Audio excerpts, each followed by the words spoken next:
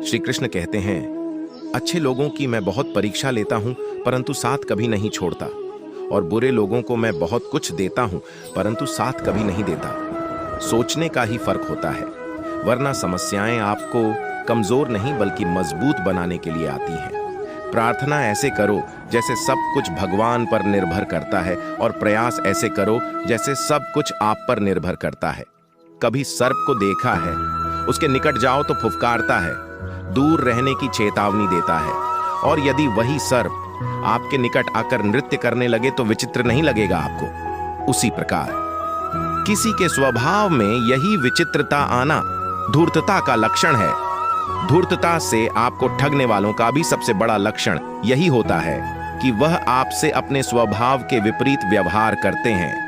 जो आपसे अधिक मीठी बातें करें और अत्यधिक विनय दिखाएं तो उसे सावधान हो जाइए, क्योंकि मित्र दिखावा नहीं करते और अत्यधिक प्रेम का दिखावा करने वाले मित्र नहीं होते। श्री कृष्ण कहते हैं, करता वही है जो तू चाहता है, होता वही है जो मैं चाहता हूं, तू वही कर जो मैं चाहता हूं, फिर होगा वही जो तू चाहता है। श्री कृष्ण कहते हैं, जन्म लेने वालों के लिए मृत्यु उतना ही निश्चित है जितना कि मृत्यु होने वालों के लिए जन्म लेना। इसलिए जो निश्चित है उस पर शोक मत करो। भरोसा अगर खुद पर रखो तो ताकत बन जाती है, और दूसरों पर रखो तो कमजोरी बन जाती है। मनुष्य कितना भी गोरा क्यों ना हो, परंतु उसकी परछाई सदैव काली होती है। मैं श्रेष्ठ हूं, यह आत्मविश्वास है, लेकिन सिर्फ मैं ही श्रेष्ठ हूं, यह अहंकार है, और इससे हमें बचना चाहिए। परिस्थिति जितना ज्यादा आपको तोड़ती है उतना ही ज्यादा आपको मजबूत बनाती है। जो व्यक्ति किसी के चेहरे पर हंसी और जीवन में खुश लाने की क्षमता रखता है, ईश्वर उसके चेहरे पर कभी हंसी और जीवन में खुशी कम नहीं होने देते। भरोसा जीता जाता है, मांगा नहीं जाता। यह वह दौलत है जिसे पाया जाता है, कमाया नहीं जाता। अगर कोई मनुष्य हमारे साथ बुरा कर रहा है तो उसे करने दो, ये उसका कर्म है और समय उसके कर्म का फल उसे जरूर देगा। लेकिन हमें कभी भी किसी के साथ बुरा नहीं करना चाहिए, क्योंकि यही हमारा धर्म है। श्री कृष्ण कहते हैं, क्षमा दुनिया का बहुत ही कीमती शब्द है, लेकिन इस क्षमा का कब कैसे इस्तेमाल करना है ये बहुत ही आवश्यक है। पहला, अगर आपसे कोई अपराध हो जाए तो तुरंत क्षमा मांगना चाहिए। अगर आप क्षमा नहीं मांगेंगे तो इसमें आपकी ही हानि है, क्योंकि क्षमा न मांगने से मन के अंदर अहंकार जागता है, और अहंकार तो हमारी हानि ही करता है। दूसरा, अगर कोई अपराध करे तो आपसे क्षमा भी न मांगे तो उसे क्षमा मत करिए, क्योंकि क्षमा अत्यंत अनमोल है और बिन मांगे किसी को क्षमा देना आवश्यक नहीं। तीसरा, यदि कोई आपके साथ अपराध करे, अनुचित करे और बाद में क्षमा मांगी तो उसे क्षमा कर दीजिए। इससे आपके भीतर की करुणा जागेगी, प्रेम जागेगा, और याद के लिए शुभ ही है। चौथा, अगर आप कोई अपराध कर दो तो क्षमा अवश्य मांगना। इससे आपको लाभ ही होगा, क्योंकि सामने वाले व्यक्ति आपको क्षमा करें या न करें, आपके अंदर का अहंकार गिरता है और आपका मन अधिक निर्मल हो जाता है। श्री कृष्ण कहते हैं, जिसके साथ बात करने से ही खुशी दुगनी और दुख आधा हो जाए वह ही अपना है, बाकी तो बस दुनिया है। श्री कृष्ण कहते हैं, मैं सभी प्राणियों को समान रूप से देखता हूं, न मुझे कोई कम प्रिय है न अधिक, लेकिन जो मेरी प्रेम पूर्वक आराधना करता है वह मेरे भीतर रहते हैं, और मैं उनके जीवन में सदैव उनके साथ रहता हूं। यदि आप किसी के साथ मित्रता नहीं कर सकते तो उनके साथ शत्रुता भी आपको नहीं करनी चाहिए। श्री कृष्ण से पूछा, प्यार का असली मतलब क्या होता है? श्री कृष्ण ने हंसकर कहा, जहां मतलब होता है वहां प्यार ही कहां होता है। प्रेम एक ऐसा अनुभव है जो मनुष्य को कभी परास्त नहीं होने देता, और गिरना एक ऐसा अनुभव है जो मनुष्य को कभी जीतने नहीं देता। शांत होकर देखिए, सभी समस्याओं का हल मिल जाएगा। रिश्तों की कदर भी पैसों की तरह ही करनी चाहिए, क्योंकि दोनों को कमाना बहुत मुश्किल है, लेकिन गंवाना बहुत आसान है। परिवर्तन इस संसार का नियम है। कल जो किसी और का था, आज वह तुम्हारा है और कल किसी और का होगा। हर कीमती चीज को उठाने के लिए झुकना ही पड़ता है। माता और पिता का आशीर्वाद भी इनमें से एक है। बुरे कर्म करने नहीं पड़ते, हो जाते हैं, और अच्छे कर्म होते नहीं, करने पड़ते हैं। वक्त के साथ चलना कोई जरूरी नहीं है। आप सच के साथ चलिए, एक दिन वक्त आपके साथ चलेगा जिंदगी में जीतने के लिए जीत होनी चाहिए, हारने के लिए तो एक डर ही काफी है। इतिहास साक्षी है, संसार में अधिक विपदाएं इसलिए आई क्योंकि समय बढ़ने पर मनुष्य उसका विरोध नहीं कर पाया। जब मनुष्य को अपने धर्म पर अहंकार हो जाता है, तब उसके हाथों से अधर्म होने लगता है। जीवन में कभी मौका मिले तो किसी के लिए सारथी बनना स्वार्थी नहीं। जैसे पानी को अगर दूध में मिलाया जाए तो वह दूध की तरह हो जाता है, यदि वही पानी अगर कीचड़ में मिलाया जाए तो कीचड़ बन जाएगा। ठीक ऐसा ही मनुष्य के जीवन में भी होता है। यदि एक गुणहीन व्यक्ति गुणवान की संगत में बैठे तो उसे भी गुणवान समझ लिया जाता है और सम्मान का पात्र समझा जाता है। यदि एक गुणवान व्यक्ति गुणहीन व्यक्ति की संगत में बैठता है तो उसे तिरस्कार मिलता है। इसलिए अपने जीवन में संगति सोच समझकर सावधानी से बनाएं। जो केवल अपना भला चाहता है वह दुर्योधन है, जो अपनों का भला चाहता है वह युधिष्ठिर है, जो सबका भला चाहता है वह श्री कृष्ण है।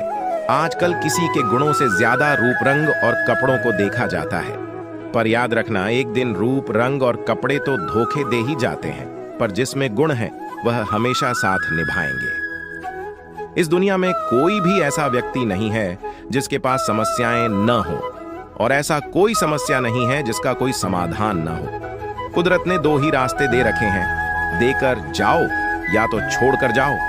अपने साथ ले जाने की कोई व्यवस्था नहीं है, लेकिन फिर भी मनुष्य समझता ही नहीं। याद रखना, भगवान से कभी उम्मीद छोड़ना नहीं और दुनिया वालों से कभी उम्मीद रखना नहीं।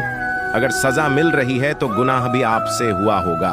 भरोसा रखो, जब हम किसी के साथ कुछ अच्छा कर रहे होते हैं तो हमारे साथ भी कहीं पर कुछ अच्छा हो रहा होता है। जिसकी फितरत हमेशा बदलने की है वह कभी किसी का नहीं हो सकता, चाहे फिर वह वक्त हो या फिर इंसान। कर्म कभी भी ध्यान से करिए, क्योंकि न किसी की बद्दुआ खाली जाती है न किसी की दुआ। जिंदगी में कुछ फैसले बहुत सख्त होते हैं और यही फैसले जिंदगी का रुख बदल देते हैं। जिंदगी में अच्छे लोगों की तलाश मत करो, खुद अच्छे बन जाओ। आपसे मिलकर किसी की तलाश पूरी हो जाएगी। दुनिया में सबसे ज्यादा सपने इसी बात पर टूट गए हैं कि लोग क्या कहेंगे। अगर आपकी समस्या एक जहाज की तरह बड़ी है तो भूले नहीं कि प्रभु की कृपा सागर जितनी विशाल है। अहंकार में धन, वैभव और वंश तीनों चले जाएंगे। विश्वास न हो तो रावण, कौरव और कंस को देख लो। लक्ष्य के आधे रास्ते पर जाकर कभी वापस मत आना, क्योंकि आते वक्त आपको आधा रास्ता तय करना पड़ेगा। जो सुख में साथ दे वह रिश्ते होते हैं, लेकिन जो दुख में साथ दें वह फरिश्ते होते हैं। श्री कृष्ण कहते हैं, जो मिल रहा है तुम्हें वही तुम्हारे लिए बेहतर है। ये तुम नहीं जानते, पर देने वाला बखूबी जानता है। श्री कृष्ण कहते हैं, समय आने पर सबको वही मिलता है। समय से पहले की चाह दुख का कारण बनती है। अपने बुरे समय में स्वयं और समय दोनों पर विश्वास रखें, क्योंकि समय कोयले को भी हीरा बना देता है और ईश्वर रंक को भी राजा बना देता है। श्री कृष्ण कहते हैं, परमात्मा ने आपको सबसे अलग बनाया है, इसलिए दूसरों के जैसा बनकर अपनी वास्तविकता को नष्ट मत करो। संबंध बड़ी बड़ी बातें करने से नहीं, छोटे छोटे भावों को समझने से गहरे होते हैं। आज के जमाने में किसी को यह मत महसूस होने दो कि आप अंदर से टूटे हुए हैं, क्योंकि लोग टूटे हुए मकान की ईंट तक उठा ले जाते हैं। रास्ते कभी बंद नहीं होते, अक्सर लोग हिम्मत हार जाते हैं। जिंदगी की हर सुबह कुछ शर्तें लेकर आती है और जिंदगी की हर शाम कुछ तजुर्बे देकर जाती है। श्री कृष्ण कहते हैं, जन्म लेने वालों के लिए मृत्यु उतना ही निश्चित है जितना कि मृत्यु होने वालों के लिए जन्म लेना। इसलिए जो निश्चित है उस पर शोक मत करो। एक गांव में एक व्यक्ति रहता था जो अपने जीवन को लेकर बहुत चिंतित रहता था। उसे लगता था कि उसके जीवन में एक बड़ा बदलाव आना चाहिए, जिससे उसे जीवन में किसी भी तरह की परेशानी न रहे। उसके पास खूब धन हो और उसकी खूब प्रसिद्धि हो, वह जहां जाए उसे सम्मान मिले। परंतु उसके जीवन में कुछ भी नहीं बदल रहा था, क्योंकि वह कुछ करने की जगह बस सही समय का इंतजार कर रहा था और समय उसके कुछ करने का इंतजार कर रहा था। उसकी इसी आदत के कारण उसका मन दुखी रहने लगा। उसके मन में नकारात्मक विचारों का वास होने लगा। उसे हर चीज में कमी नजर आने लगी। जब भी वह कुछ करने का मन बना था तो अचानक उसके मन में विचार आता कि शायद यह काम सही ढंग से नहीं हो पाएगा। उसे लगने लगा शायद वह कुछ करने के लायक ही नहीं है। इसका परिणाम यह हुआ कि उसका जीवन पहले से भी दुखमय हो गया। उसे समझ नहीं आ रहा था कि वह इस परिस्थिति से बाहर कैसे निकले, कैसे वह कोई ऐसा काम करे जिससे वह सफल हो सके। दिन बीतते जा रहे थे, लेकिन उसे अपनी समस्या का कोई समाधान नहीं मिल रहा था। उसी दौरान उनके गांव में एक साधु आए, जिनकी प्रसिद्धि दूर दूर तक थी। सब ऐसा कहते थे कि उनके पास हर समस्या का हल मिल जाता है। जब उस व्यक्ति ने सुना कि साधु उसके गांव में आए हैं, तो वह बिना कुछ सोचे समझे अपनी समस्या लेकर तुरंत उससे मिलने चला गया। साधु को प्रणाम कर अपनी समस्या बताई। उसने बताया कि वह अपने जीवन में बदलाव चाहता है, परंतु उसे कोई सही राह नहीं मिल रही। इसी कारण उसके मन में नकारात्मक विचार आते रहते हैं। दुख हमेशा उसे घेरे रहता है। कोई काम करने जाता है तो मन में उसकी विफलता का विचार पहले ही आ जाता है। बताइए, मैं ऐसा क्या करूं कि मैं एक सुखद जीवन जी सकूं? साधु ने पूरी बात सुनी और उस व्यक्ति को दूसरे दिन सूर्योदय के समय आने के लिए कहा। दूसरे दिन वह व्यक्ति उस साधु के पास जा पहुंचा। साधु पाठ पूजा के बाद सैर करने के लिए निकलने वाले थे। उन्होंने उस व्यक्ति को साथ चलने के लिए कहा।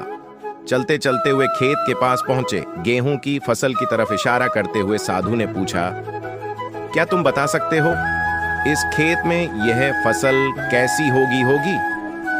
उस व्यक्ति ने पूरी प्रक्रिया देते हुए उत्तर दिया। पहले खेत को जोता गया होगा, फिर उसमें बीज डाला गया होगा, उसके बाद समय समय पर पानी दिया गया होगा, तभी यह फसल होगी। थोड़ा आगे और चलने पर उन्होंने देखा एक खेत में घास ही घास थी। एक बार फिर साधु ने उस व्यक्ति से पूछा, क्या तुम बता सकते हो इस खेत में यह घास किसने उगाई होगी? महाराज, घास कौन उगाता है? ये तो अपने आप रुक जाती है। जब खेत में किसी और चीज का बीज नहीं डाला जाएगा तो घास ही उगेगी। उस व्यक्ति ने एक बार फिर से साधु के प्रश्न का उत्तर दिया। तुम्हारे इन्हीं उत्तरों में तुम्हारी समस्या का हल छुपा है। साधु ने व्यक्ति को समझाना शुरू किया। मानव भी एक खेत की तरह ही होता है। इसमें तुम जो भी बीज डालोगे, तुम्हें वही फसल मिलेगी। अगर तुम इस पर काम करते रहोगे, इसमें सकारात्मकता के बीज बोते रहोगे, तो यह तुम्हें सफलता की ओर बढ़ाएगा। और यदि तुम अपने भविष्य की चिंता में वर्तमान का समय भी नष्ट करोगे, तो दिमाग में नकारात्मकता की वृद्धि होगी। बदलाव तभी संभव है जब हम व्यर्थ की चिंता को छोड़कर और सही समय की प्रतीक्षा न करते हुए अपने वर्तमान में ही वह काम करें जो हमें करना है। उस व्यक्ति को यह बात समझ में आ गई कि अगर मन को सही दिशा में लगाना है तो उसे सही दिशा की तरफ बढ़ाना होगा। हम आशा करते हैं कि आप लोगों को यह वीडियो जरूर पसंद आई होगी। अगर आप लोगों को यह वीडियो पसंद आई हो तो हमारी वीडियो को लाइक करें। ऐसे ही जीवन बदलने वाली वीडियोस के लिए हमारे चैनल को सब्सक्राइब करें। जय श्री कृष्ण।